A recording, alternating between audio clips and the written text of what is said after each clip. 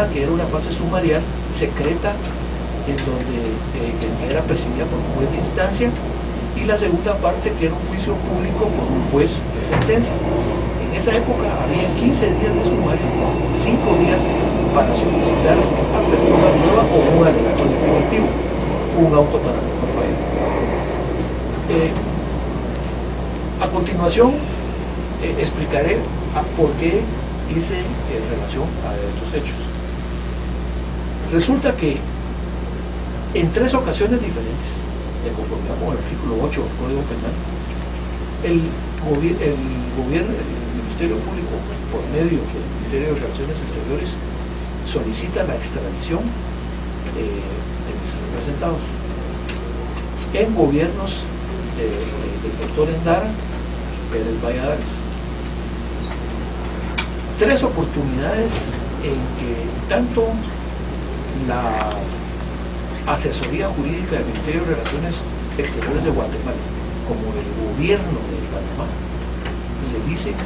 al Ministerio Público que no es posible conceder la extradición porque es una situación eminentemente política la que envuelve el caso del ingeniero Serrano. Esto en base tanto a la Convención sobre la Extradición de Montevideo de fecha 26 de diciembre del año 1933, que en su artículo 3 dice que no se concede por delitos políticos, y también en base al artículo 4 de la Convención sobre Asilo Territorial suscrita en la ciudad de Caracas el 28 de marzo de 1954, del cual Guatemala y Panamá son estados contratantes, que establece que por las cuestiones políticas no se concede la extradición. Ahora bien, cuando el gobierno de Panamá le notifica al Ministerio de Relaciones Exteriores que no procede la extradición por las razones indicadas, la pregunta que se hace de esta representación es: ¿qué resuelve el juez de instrucción de la época? Porque tenemos que estos tratados son supraconstitucionales y los estados tienen derechos y obligaciones que prevalecen y que las decisiones se deben de respetar. En este caso, si en base a los 2 tratados a que dice la misma fue negada, el artículo 12 de la Convención de Montevideo dice que una vez denegada ya no se puede volver a solicitar. Y en el caso del ingeniero Serrano y del licenciado Perdomo, se insiste en 3 veces en la solicitud de esa extradición, con lo cual se vulneran los tratados internacionales. Esta representación considera que en ese momento el juez de instrucción de la época debió de haber archivado el caso, porque a partir de ese momento se da una doble persecución de acuerdo al artículo 17 del Código Procesal Penal. A consecuencia de esta extradición, entramos y caemos al momento de la acción constitucional que es objeto del presente amparo, que es el caso razonable,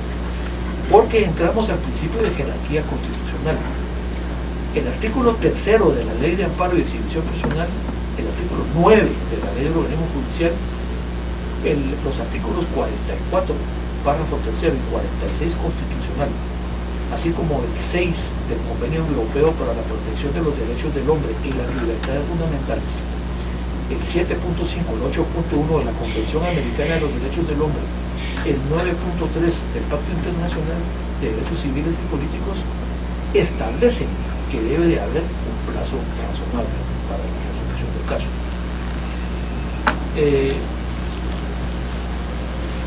Por esa razón, nosotros consideramos que no se aplica en el presente caso la tesis del Ministerio Público en cuanto al artículo 324, párrafo 6, que mientras no haya vinculación procesal, no hay plazo para fijar el acto conclusivo, dado que estamos en escenarios diferentes. O sea, de acuerdo al Código Procesal Penal actual, podría eventualmente ser posible que no haya una vinculación procesal. Pero en base a los argumentos que he vertido, es el otro código procesal penal, es el decreto 5273, el que debe de prevalecer, y en esa virtud sí existe una vinculación procesal, porque tengo a la vista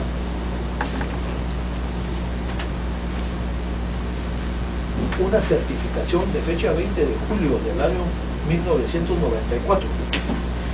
que consiste en una resolución del juzgado cuarto de primera instancia penal de instrucción que certifica que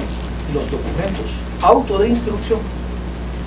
resoluciones de las órdenes de detención de fechas 4 de julio y 7 de octubre del 93, oficio dirigido al director general de la Policía Nacional, auto de gestión de extradición de fecha 27 de diciembre del año pasado, decreto presidencial de normas temporales de gobierno, decreto 293 que contiene nombramiento de magistrado de la Corte Suprema de Justicia, reconocimiento judicial en el Congreso. Incluso aquí se está ordenando que se lleven a cabo las diligencias del juicio, porque en ese momento mis patrocinados ostentaban el derecho a esa garantía constitucional, y sin embargo esas diligencias nunca se presentaron por parte del Ministerio Público. Asimismo, una exhibición personal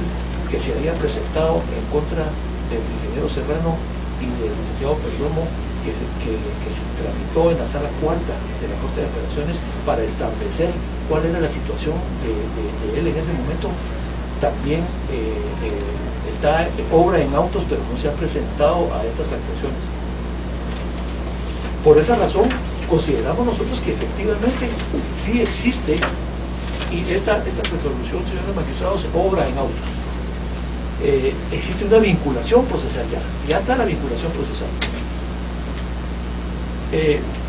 Por esas razones, honorables magistrados, esta representación considera que previo, con base al artículo 40 de la Ley de Amparo, Extinción Prisionaria y Constitucionalidad, sería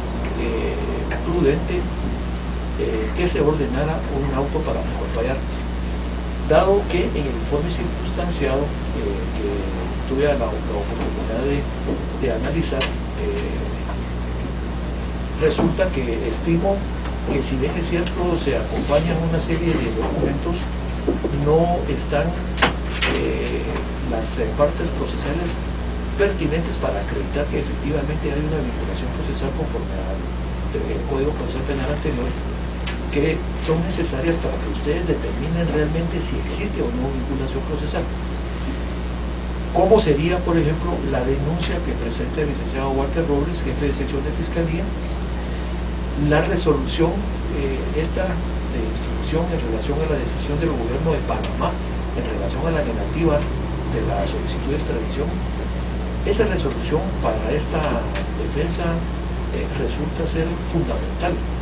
dado que si estamos hablando del procedimiento de que se dirimía en el Código Procesal anterior, el juez de instrucción en ese momento debió haber tomado alguna actitud, y pudo haber sido que el caso quedara cerrado, y si no, entonces se da la oportunidad para que, tal y como lo solicitaré más adelante, se declare con lugar la petición de señalar día y hora para que se presente el acto conclusivo, pero tendría que ser las diligencias que ya el juez de instrucción en su oportunidad ordenó que se llevaran a cabo.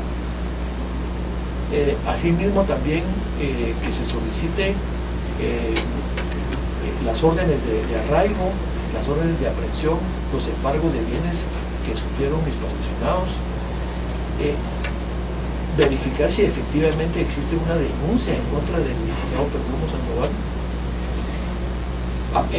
Ya existen en autos, pero no están en el informe circunstanciado, los oficios de la Dirección de Asuntos Jurídicos y Tratados del Ministerio de Relaciones Exteriores, firmados por el director licenciado Guillermo Sáenz de Tejada, dirigido al Ministro de Relaciones Exteriores, al doctor Arturo Fajardo Maldonado, el memorándum 366, firmada por los asesores de Asuntos Jurídicos y Tratados del Ministerio de Relaciones Exteriores de Guatemala, dado que, como dije al principio de mi intervención, cuando se solicitó la extradición, ellos indicaron que no era posible poder diligenciar esa solicitud, dado que no se contaba con los medios de investigación para acreditar el encuadramiento de la conducta de mis patrocinados en los delitos, en las acciones típicas que se les entregaban en ese momento. Y porque, como lo dije anteriormente, a tenor del principio de ultraactividad, al momento de aplicarse la ley anterior, la extradición realmente resuelve el caso a criterio de representación. Por esas razones, honorables magistrados, y ya para concluir, quisiera hacer la siguiente petición con respecto al momento de la emisión de la sentencia correspondiente, posterior a si los honorables magistrados consideran prudente el autoproclamado apoyar que esta representación sugiere que al dictarse la sentencia correspondiente se declare como lugar del mismo, dado que la resolución de fecha 7 de abril que resuelve el recurso de reposición planteado, que declaró sin lugar la resolución del 29 de marzo del 2016, que declaró sin lugar la petición de fijar plazo al Ministerio Público para presentar acto conclusivo, debe de prevalecer por las razones indicadas. Al no aplicarse el actual Código Procesal Penal a mis patrocinados, sino el decreto 5273A, como lo hice ver anteriormente, no les es aplicable el artículo 324 bis en su párrafo sexto, que indica que mientras no haya vinculación procesal, no hay obligación del Ministerio Público de presentar acto conclusivo. Y que por el contrario se le pida a la honorable juzgadora del juzgado quinto se señale día y hora para la discusión de ese acto del Ministerio Público, pero para analizar las diligencias ordenadas en el auto de instrucción por parte del licenciado Solórzano, que era el juez cuarto de instrucción de la época, en donde él ya ordenó cuáles eran las diligencias a seguir. Eso por un lado. Y por otro lado, se discuta cuál fue el resultado de la notificación de la resolución de la declaratoria rechazando la extradición de los patrocinados en relación a la fase procesal del expediente de aquella época, para que se discutan esos temas. Y por último, quisiera manifestar, dado que mis patrocinados no se encuentran en este momento presentes en esta sala de audiencias, manifestarles una opinión que ellos me pidieron que les trasladara, en el sentido de decirles que ellos, después de 23 años, consideran que este es el momento oportuno para que se resuelva ajustado a derecho su situación, apartado de aspectos puramente políticos, y que dado el ambiente existente en estas épocas en que la ciudadanía está conforme con la aplicación de la ley en Guatemala, ellos también consideran que ustedes emitirán una resolución ajustada a derecho. Muchas gracias.